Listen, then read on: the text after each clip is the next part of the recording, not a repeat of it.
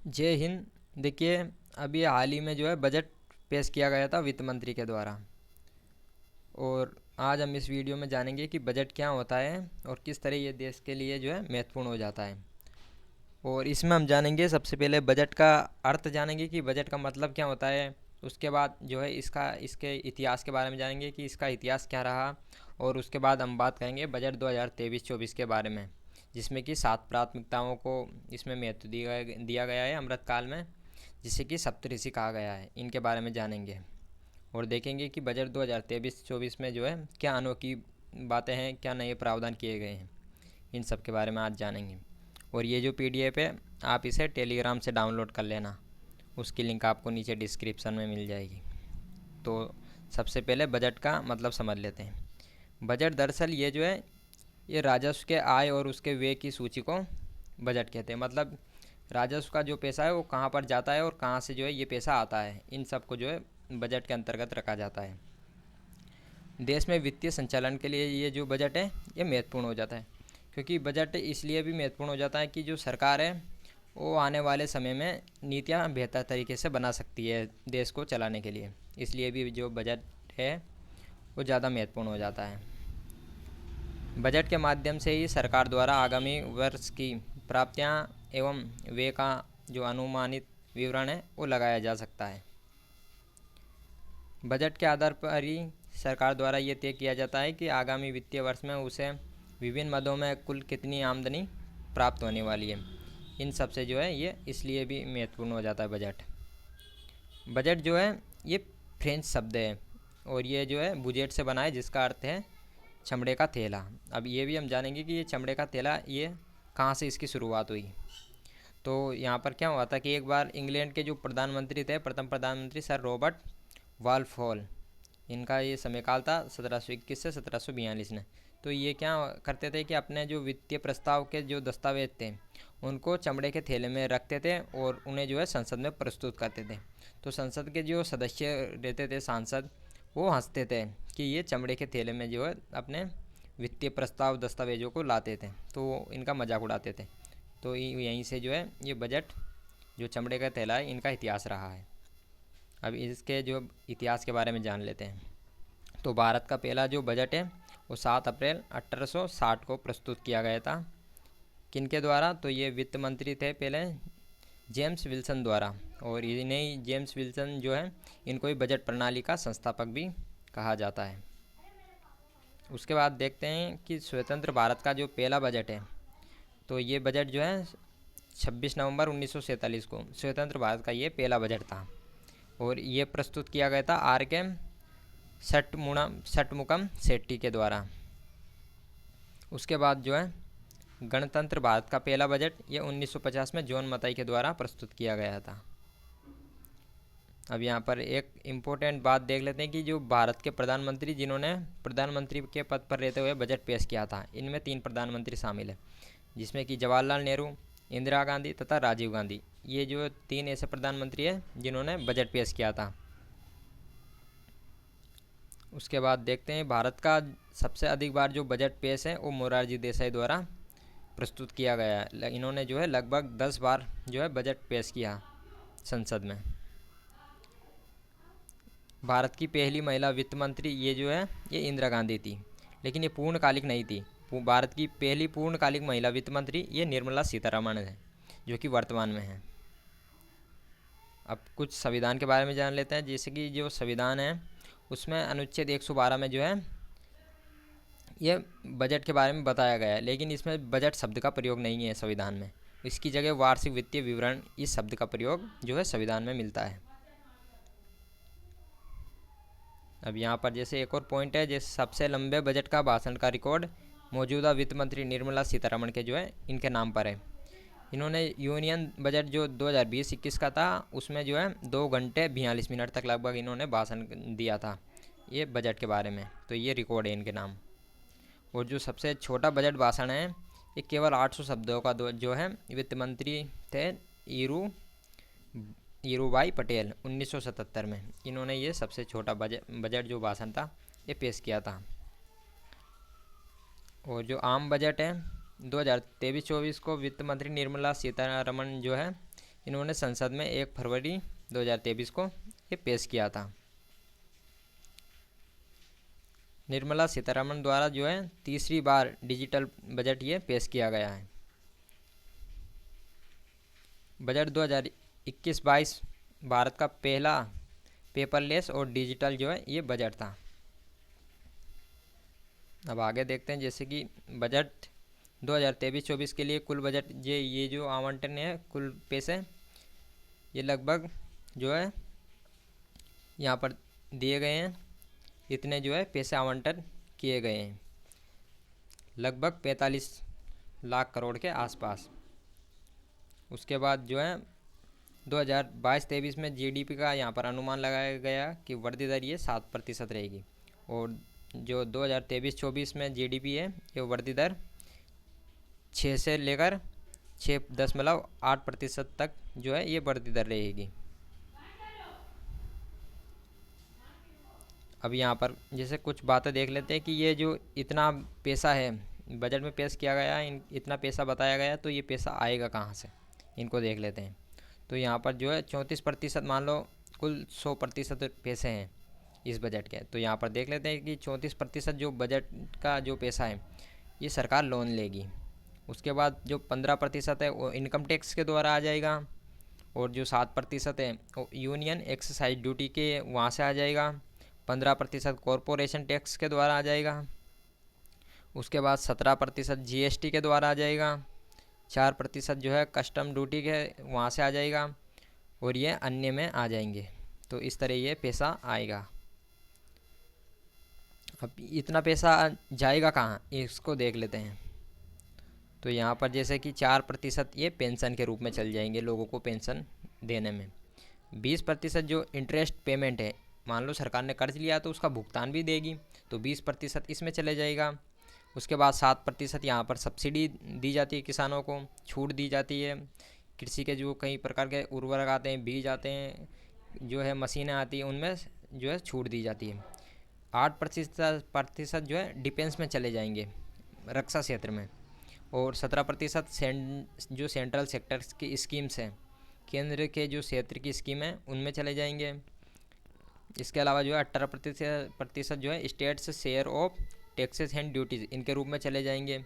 और बाकी के जो है ये 9% फाइनेंस कमीशन के रूप में चले जाएंगे, और जो 9% है वो सेंट्रली स्पॉन्सर स्कीम के इनके रूप में चले जाएंगे। तो ये पैसा यहाँ पर जाएगा।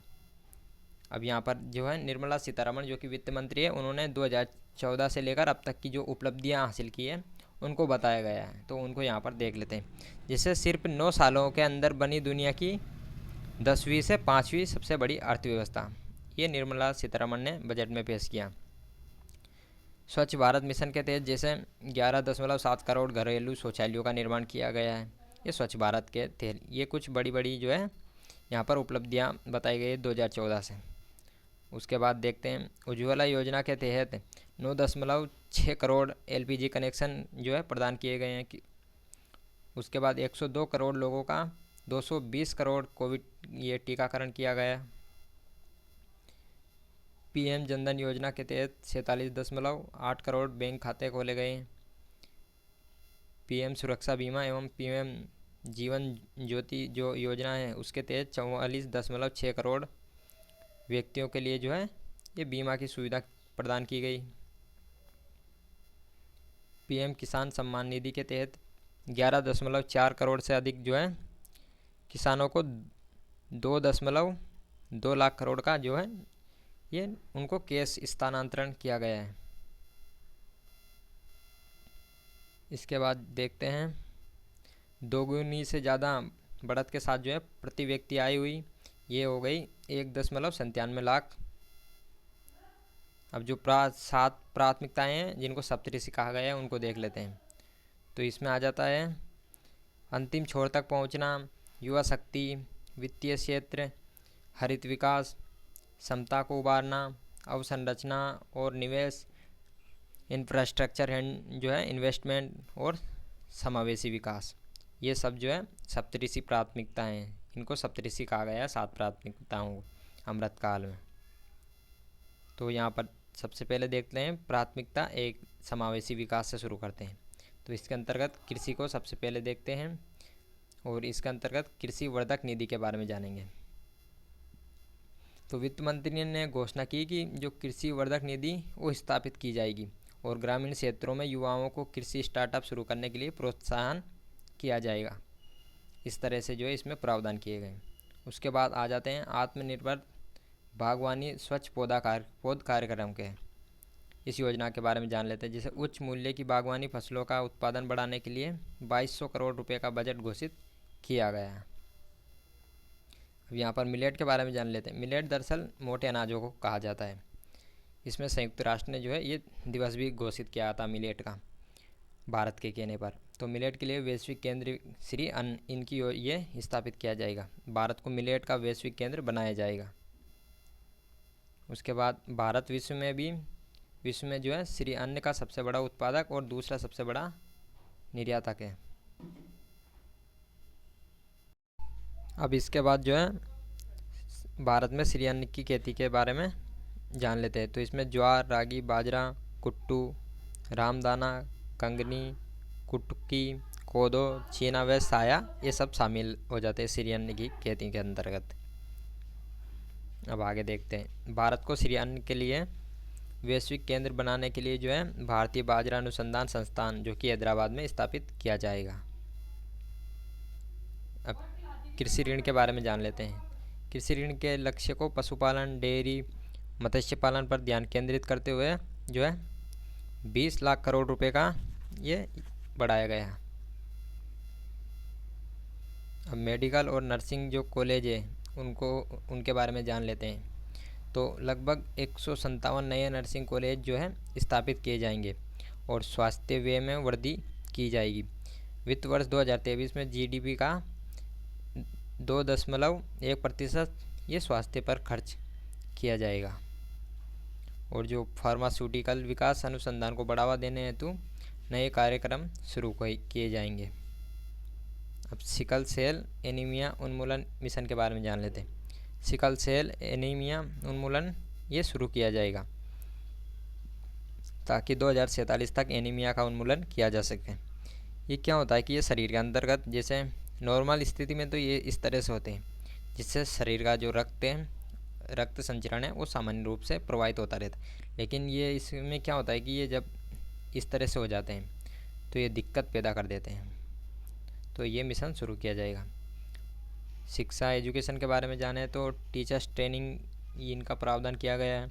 शिक्षा पर जीडीपी का जो है 2.9% खर्च किया जाएगा और बच्चों और किशोरों के लिए राष्ट्रीय डिजिटल पुस्तकालय की ये स्थापना की जाएगी। अब पंचायत और वार्ड स्तरों पर पुस्तकालय खोलने के लिए जो है राज्यों को प्रोत्साहित किया जाएगा। अब प्राथमिकता 2 देखते हैं। तो इसमें अंतिम छोर तक पहुंचना, इसके तहत जो है प्रधानमंत्री पीवीटीजी डेवलपमेंट मिशन ये शुरू किया गया। पीवीटीजी यहाँ पर जैसे पार्टिकुलरली वल्नरेबल ट्राइबल ग्रुप्स ये इसका पूरा नाम हो जाता है, जिसमें कि संवेदनशील जनजातीय समूह की सामाजिक आर्थिक स्थितियों में सुधार लाने के लिए प्रधानमंत्री पीवीटीजी ये विकास मिशन शुरू किया गया। इसमें पीवीटीजी परिवारों को सुरक्षित आवास, स्वच्छ पेयजल, शिक्षा, स्वास्थ्य एवं पोषण जैसे आवश्यक बुनियादी सुविधाएं पूरी तरह से जो है उपलब्ध कराई जाएगी। पीवीटीजी विकास मिशन के तहत जो है अगले 3 वर्षों में लगभग 1500 करोड़ रुपए की राशि जो है उपलब्ध कराई जाएगी। ये जो बजट का ये जो हमने पूरा बजट एनालिसिस करके जो है मेन यहाँ पर योजनाओं इनको जो है यहाँ पर ऐड कर दिया ताकि आपको जो है बजट समझने में कोई दिक्कत ना हो। इसके बाद बात करते हैं पीएम आवास योजना के बारे में। तो ये खर्च जो है 66% बढ़ाकर 79,000 करोड़ ये अधिक कर दिया गया है। अब बात करते हैं एकलव्य आदर्श आवासीय योजना की। तो इसमें अगले 3 वर्षों में केंद्र जो है 3.5 लाख जनजातीय छात्रों के लिए चलाए जा रहे 740 एकलव्य मॉडल आवासीय स्कूल के लिए जो है 38,800 अध्यापक और सहायक कार्मिक नियुक्त किए जाएंगे। अब भारत श्री इसकी स्थापना की जाएगी। तो इसकी स्थापना क्यों की जाएगी? तो प्राचीन पुरालेखों के डिजिटलीकरण के लिए जो है भारत श्री की स्थापना की जाएगी। उनको आधुनिक जो है बनाना है।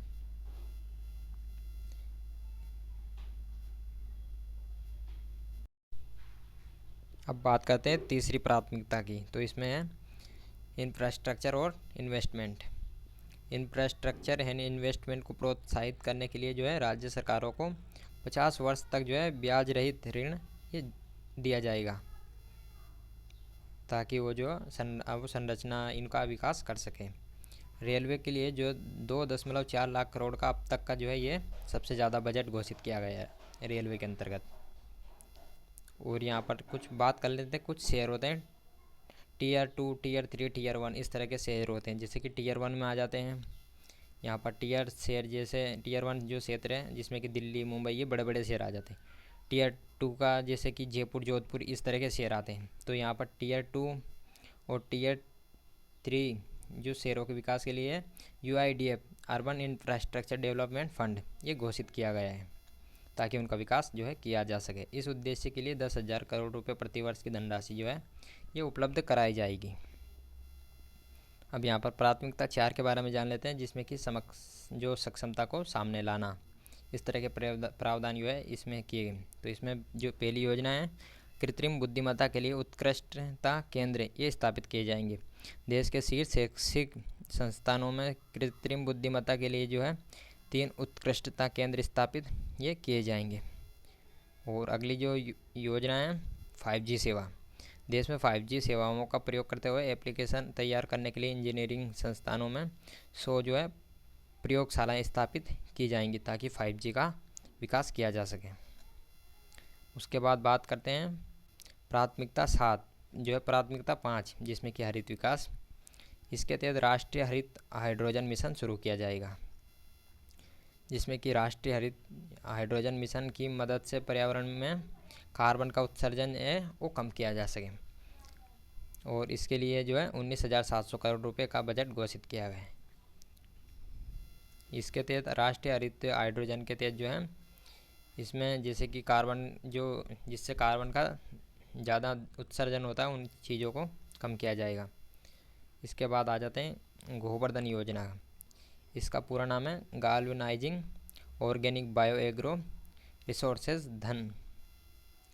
गोवर्धन स्कीम के तहत जो है 500 नए अवशिष्ट से आमदनी संयंत्र स्थापित किए जाएंगे, जिनमें 200 कॉम्प्रेस्ड जो बायोगैस प्लांट स्थापित किए जाएंगे। और इसके लिए जो है लगभग 1,000 करोड़ का बजट ये घोषित किया गया है। इसके बाद आ जाते हैं PM प्रणाम योजना। तो इसके तहत राज्यों और केंद्र शासित प्रदेशों को जो रासायनिक उर्वरक की जगह प्राकृतिक उर्वरक का इस्तेमाल करने के लिए प्रोत्साहित किया जाएगा, ताकि जो किसान हैं, जो ज़्यादातर ग्रामीण जो किसान हैं वो रासायनिक उर्वरकों का जो उपयोग करते हैं उनसे बचें। और मिट्टी की जो है इससे क्यों मिट्टी में जो है क्षति होती है, और जो है प्राकृतिक उर्वरकों को प्रोत्साहित किया जाए। ये इस तरह की योजना है। इसके बाद मिष्टी योजना, ये जो है ये तटीय क्षेत्रों में मैंग्रोव से संबंधित है। मैंग्रोव पौधों का जो है यहाँ पर जो है प्रोत्साहन किया जाएगा, तटीय क्षेत्रों में इनको लगाया जाएगा मैंग्रोव को, ये मिष्टी योजना के अंतर्गत। और उसके बाद आ जाते हैं बायो इनपुट संसाधन केंद्र। तो अगले 3 वर्षों में सरकार 1 करोड़ किसानों को जो है प्राकृतिक खेती अपनाने के लिए सहायता देगी, और इसके लिए 10,000 बायो इनपुट संसाधन केंद्र स्थापित किए जाएंगे। अब आ जाते हैं प्राथमिकता 6 युवा शक्ति। इसके तहत जो है प्रधानमंत्री कौशल विकास योजना 4.0 ये शुरू की जाएगी, जिसमें कि वित्त मंत्री ने घोषणा की कि अगले 3 वर्षों में लाखों युवाओं को कौशल प्रदान करने के लिए प्रधानमंत्री कौशल विकास योजना 4.0 ये शुरू की जाएगी, जिसमें कि कोडिंग है ये कंप्यूटर से संबंधित होती है, आर्टिफिशियल इंटेलिजेंस, रोबोटिक, 3D मुद्रण आदि ये सब जो है इसमें इसके अंतर्गत सम्मिलित की गई। और जो नेशनल अप्रेंटिसशिप जो है प्रमोशन स्कीम, इस योजना के तहत अगले 3 वर्षों में जो है 47 लाख युवाओं को बेरोजगारी का भत्ता यह दिया जाएगा। और अब आ जाते हैं यूनिटी मॉल पे। तो वित्त मंत्री ने कहा कि राज्यों को अन्य और स्वयं के एक जिला एक उत्पाद जीआई उत्पादक और अन्य हस्तशिल्प उत्पादों को बढ़ावा देने के लिए जो है राज्य की राजधानी या वित्तीय राजधानी में एक यूनिटी में जो है स्थापित किए जाएंगे। जैसे कि एक मिनट,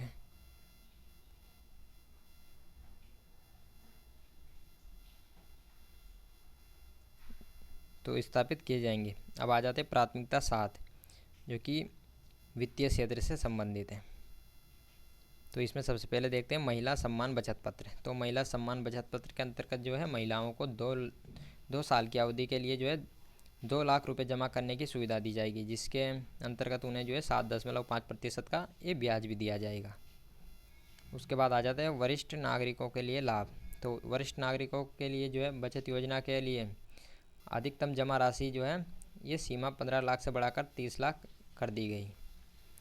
और जो एमएसएमई है, छोटे उद्योग हैं, लघु उद्योग हैं, इनके लिए ऋण गारंटी स्कीम। तो एमएसएमई के लिए ऋण गारंटी योजना के तहत जो है 9,000 करोड़ रुपए का नवीकृत योजना को 1 अप्रैल 2023 से शुरू किया जाएगा।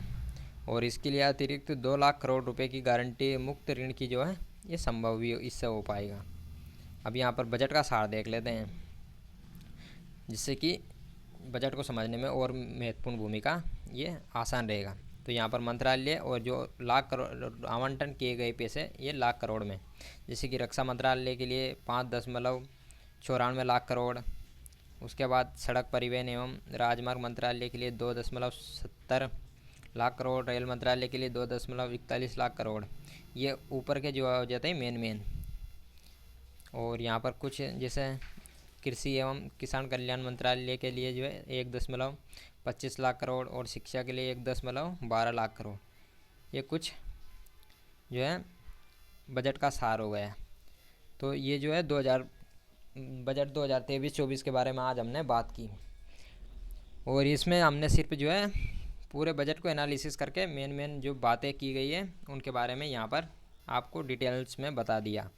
और आप ये पीडीएफ चाहो तो टेलीग्राम से डाउनलोड कर लेना, उसकी लिंक आपको नीचे डिस्क्रिप्शन में मिल जाएगी। तो अब मिलते हैं अगली वीडियो में।